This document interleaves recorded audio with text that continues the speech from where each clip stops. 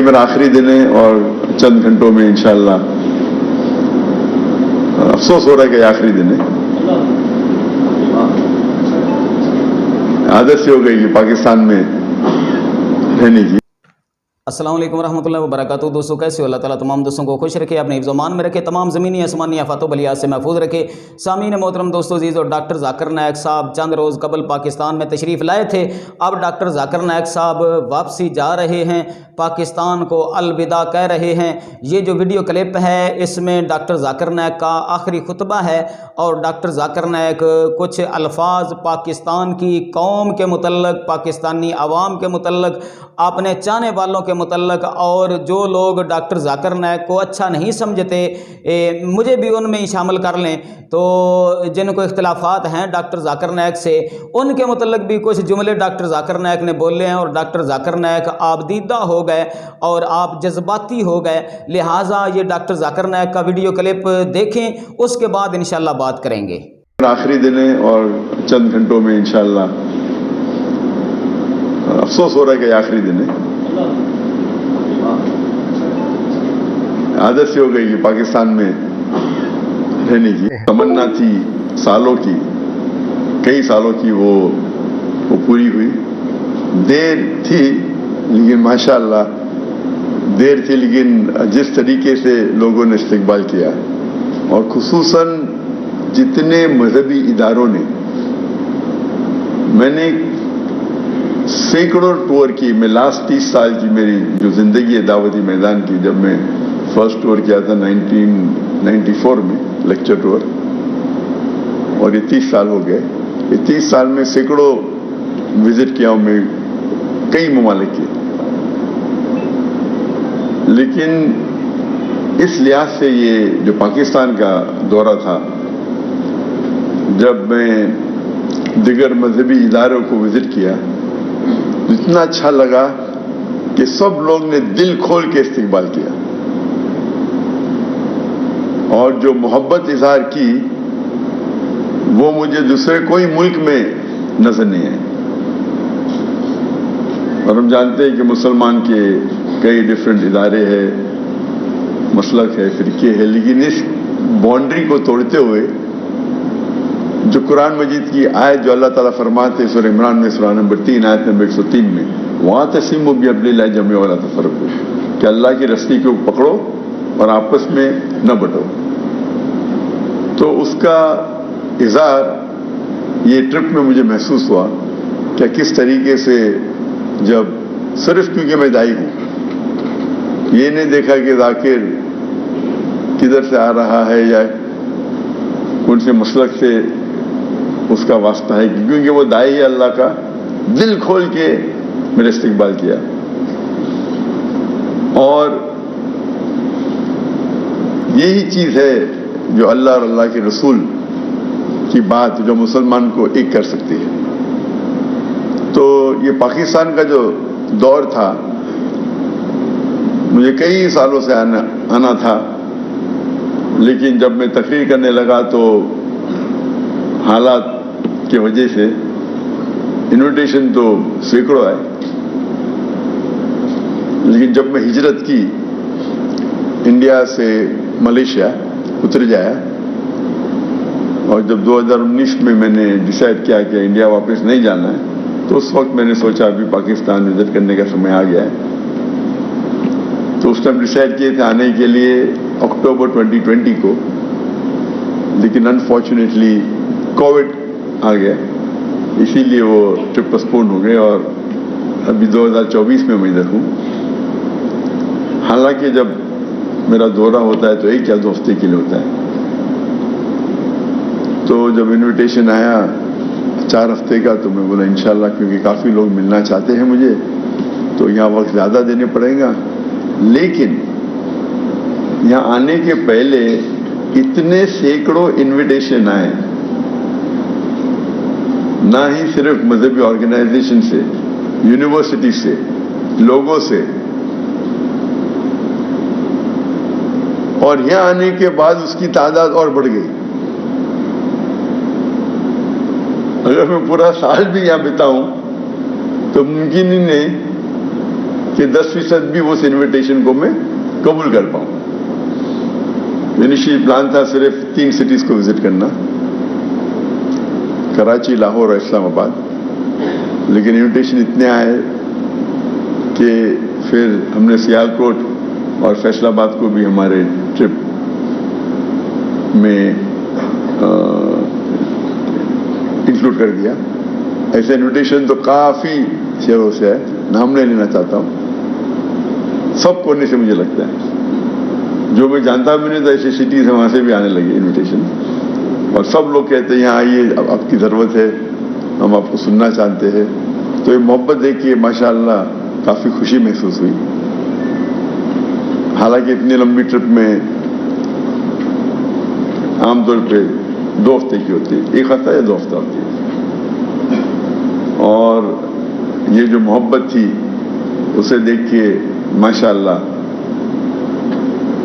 الحمدللہ دل خوش ہو گیا کہ مسلمان جو تعداد میں لیکچر سننے کے لیے آئے اور جو ادارے میں استقبال کیے، اور الحمدللہ جو کوآپریشن اور سپورٹ جو پاکستان حکومت سے ملی،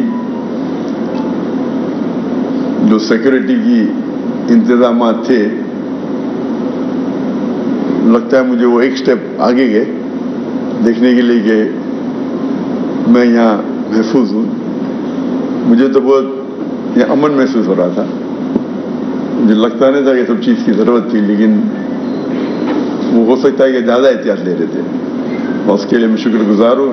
اس کے لیے انشاءاللہ ان کو اجر ملے گا اللہ کی طرف سے، کیونکہ یہ میرا آخری دن ہے اور چند گھنٹوں میں انشاءاللہ افسوس ہو رہا ہے کہ یہ آخری دن ہے. عادت سے ہو گئی کہ پاکستان میں رہنے کی. تو اللہ تعالیٰ سے شکر گزار ہوں. کیا یہ ٹرپ جو پاکستان کا دورہ میرا تھا 2024 میں، وہ بہت کامیاب رہا، اور انشاءاللہ امید ہے کہ ہم اس جو قرآن کا پیغام ہے وَاعْتَصِمُوا بِحَبْلِ اللَّهِ جَمِيعًا وَلَا تَفَرَّقُوا، کہ ہم آپس میں اللہ کی رسی کو مضبوطی سے پکڑے اور آپس میں نہ بٹے، اور جتنا ہم قرآن پہ عمل کریں گے اتنا ہمیں سفلتا ملے گی اس دنیا میں اور آخرت میں. اس کے ساتھ میں یہ جو میرے شارٹ اوپننگ ریمارکس ختم کرتا ہوں، اور پریس کو اگر کوئی سوالات ہے تو انشاءاللہ اس کا جواب دوں. کوآرڈینیٹر صاحب وہ آخرت. وعلیکم السلام ورحمۃ اللہ. So which news? Bol news. بول. سب سے پہلے تو بہت خوشی ہوئی آپ پاکستان آئے. تو my first question belongs for Islam, because میں یہاں پر آج موجود ہوں تو میرے بچے نے مجھے بیٹے نے is the student of A level Ahmed مواد، he text me a message. Question یہ ہے کہ مسلم اتنے سارے فرقوں میں کیوں بٹے ہوئے، تو یہ سب کچھ ختم کیسے ہوگا، یونٹی کیسے ہوگی؟ Profit piece be upon him کی ہدایات ہے کہ 72 فرقات ہوں گے. سو یہ سب کچھ کیسے ختم ہوگا اور ان کا کیا ہوگا؟ یہ is the question of my son. And secondly my question as a journalist, ایک شارٹ ٹائم اس کے بعد پوچھ سکتے ہیں. بھائی صاحب کے بیٹے نے سوال کیا، وہ حدیث جو کوٹ کری ہے ترمذی کی حدیث نمبر 171 ہے، جہاں اللہ کے رسول نے فرمایا کہ 73 فرقے ہوں گے. اللہ کے رسول نے فرمایا ہوں گے، نہیں کہا کہ بناؤ. ان کی پیشن گوئی تھی کہ جس طریقے سے یہود میں 71 فرقے، عیسائیت میں 72 فرقے، اسلام میں 73 فرقے ہوں گے، اور اس میں سے ایک فرقہ صحیح ہوگا، وہ جو جماع کے ساتھ ہے، جو اللہ اور اللہ کے رسول کے ساتھ ہے، جو عمل کر رہا ہے اللہ کے رسول کے پیغام پہ. اور قرآن میں آتا ہے سورہ انعام میں سورہ نمبر 6 آیت نمبر 158 اور 159 میں کہ فرقے مت بناؤ. اور اللہ تعالیٰ فرماتے ہیں اللہ کے رسول سے اگر کوئی فرقے بناتا ہے تو آپ کو اس سے کوئی لینا دینا ہی نہیں، اللہ تعالیٰ اس کو دیکھیں گے۔ آپ کا جو سوال تھا یہ فرقے کیسے ختم ہوں گے،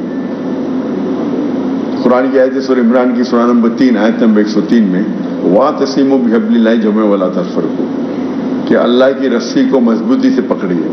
اللہ کی رسی ہے قرآن اور صحیح حدیث، تو ہر مسلمان اگر قرآن اور صحیح حدیث پہ عمل کرنے لگے تو یہ فرقے مٹ جائیں گے۔ افسوس کی بات ہے کہ مسلمان قرآن کو پڑھتے ہیں تو بھی صرف عربی میں پڑھتے ہیں۔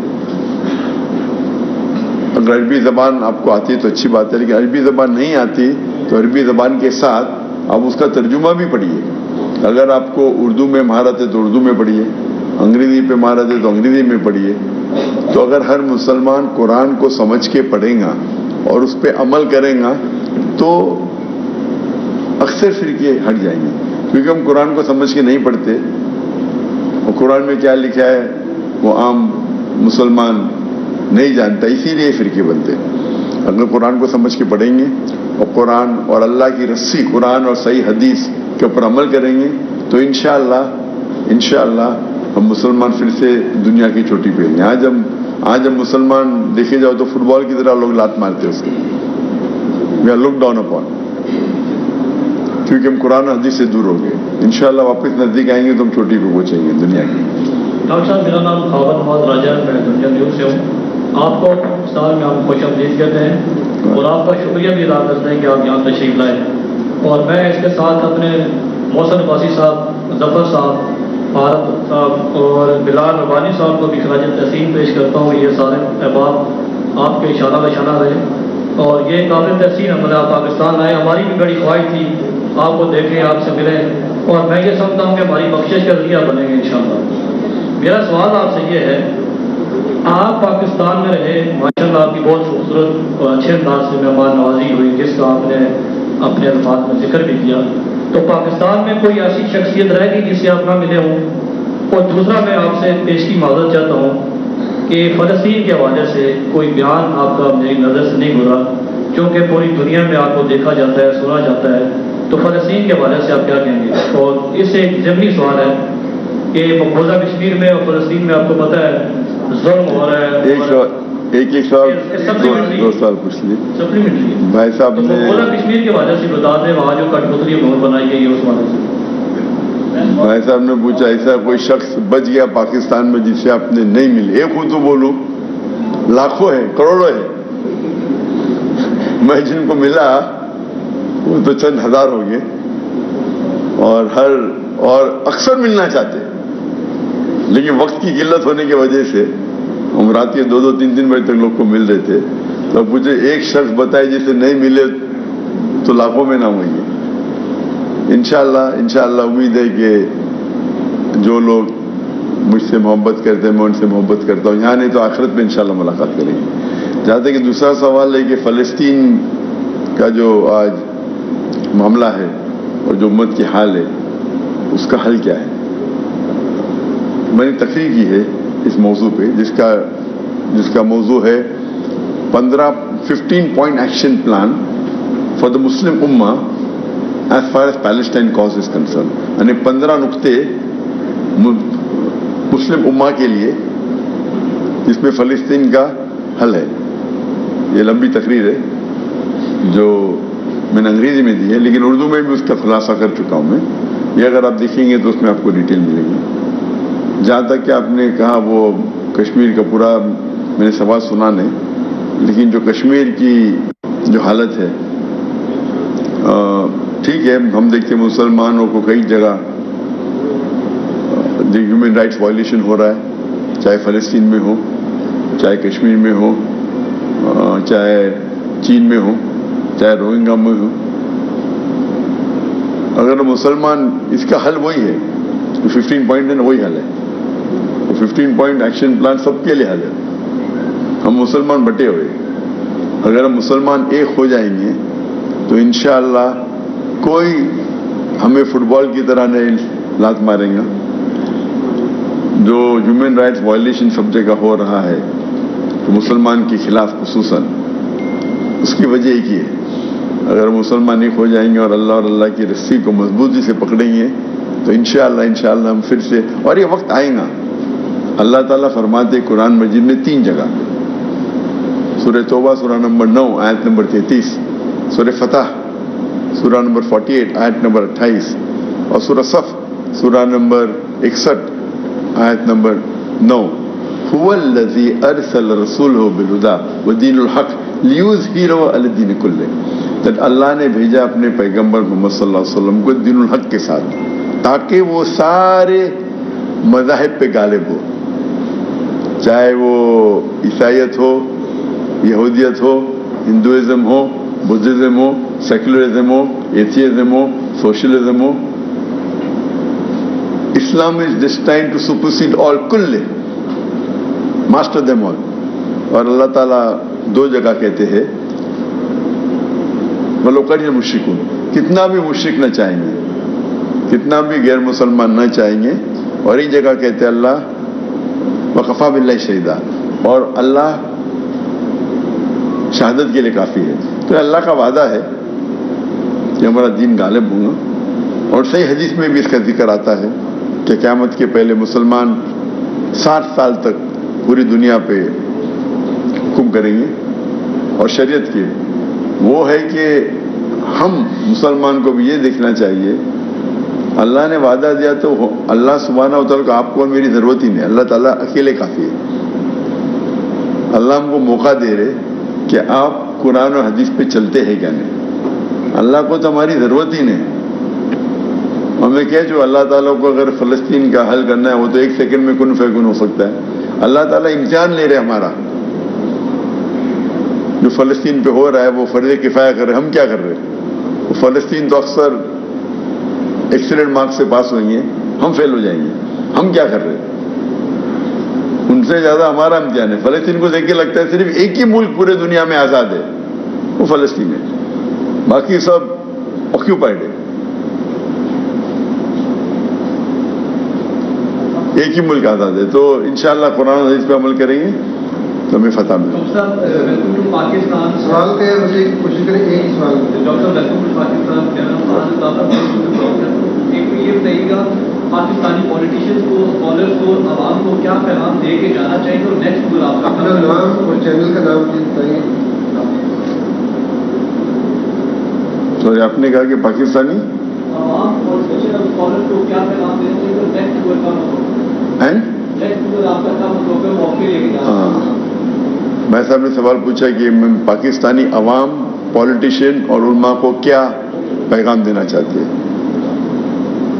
پیغام یہ ہے کہ پاکستان ایک واحد ملک پوری دنیا میں ہے جو اسلام کے نام پہ قائم ہوا. تو ساری دنیا کی نظر ہے کہ اسلام کے نام پہ قائم ہوا، تو ہمارا فرض ہے کہ ہم ایک نمونہ بتائے کہ اسلامی ملک کیسا ہوتا ہے. تو پیغام یہ ہے کہ قرآن اور حدیث کے اور قریب آئے اور قرآن اور حدیث پہ عمل کرے، چاہے عوام ہو چاہے پولیٹیشین ہو. علماء تو ماشاءاللہ کر رہے، دعوت دے رہے.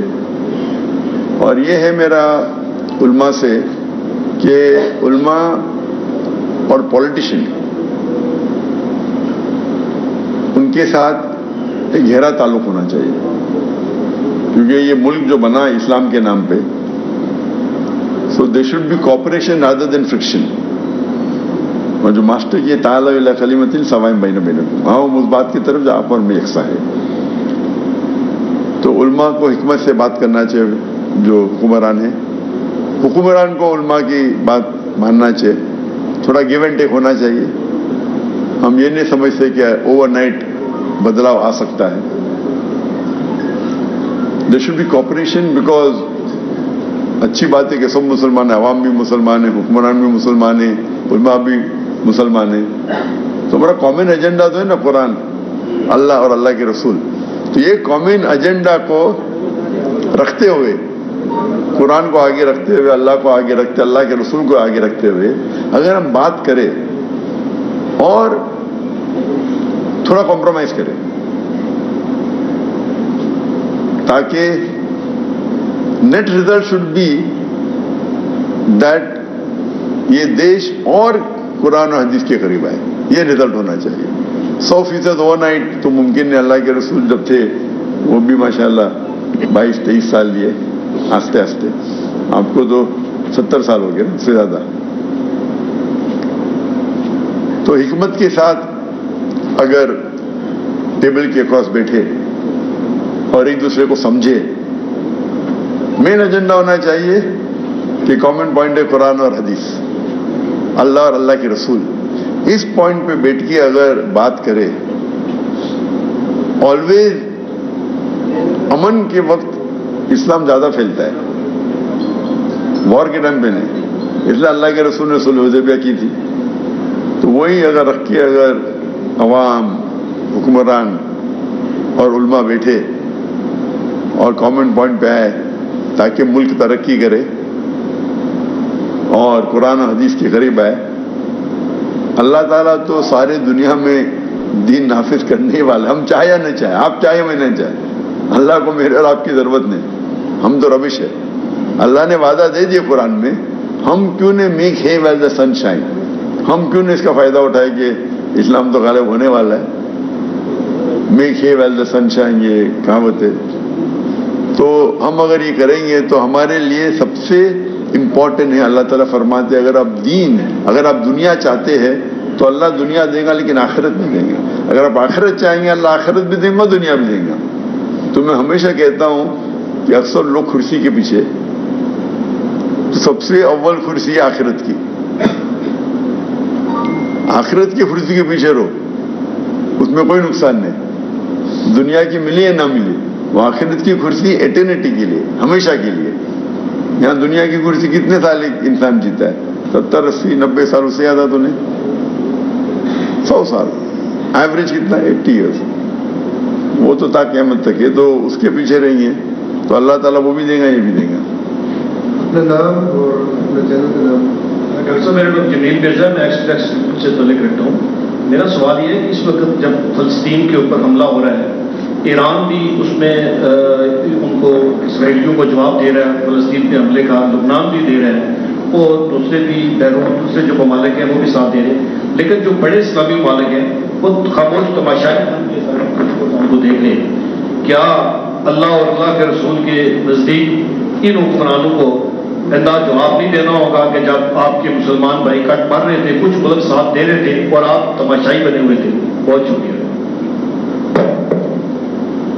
بھائی صاحب کا سوال ہے کہ ایران جواب دے رہا ہے اسرائیل کو اور باقی ممالک جواب نہیں دے رہے.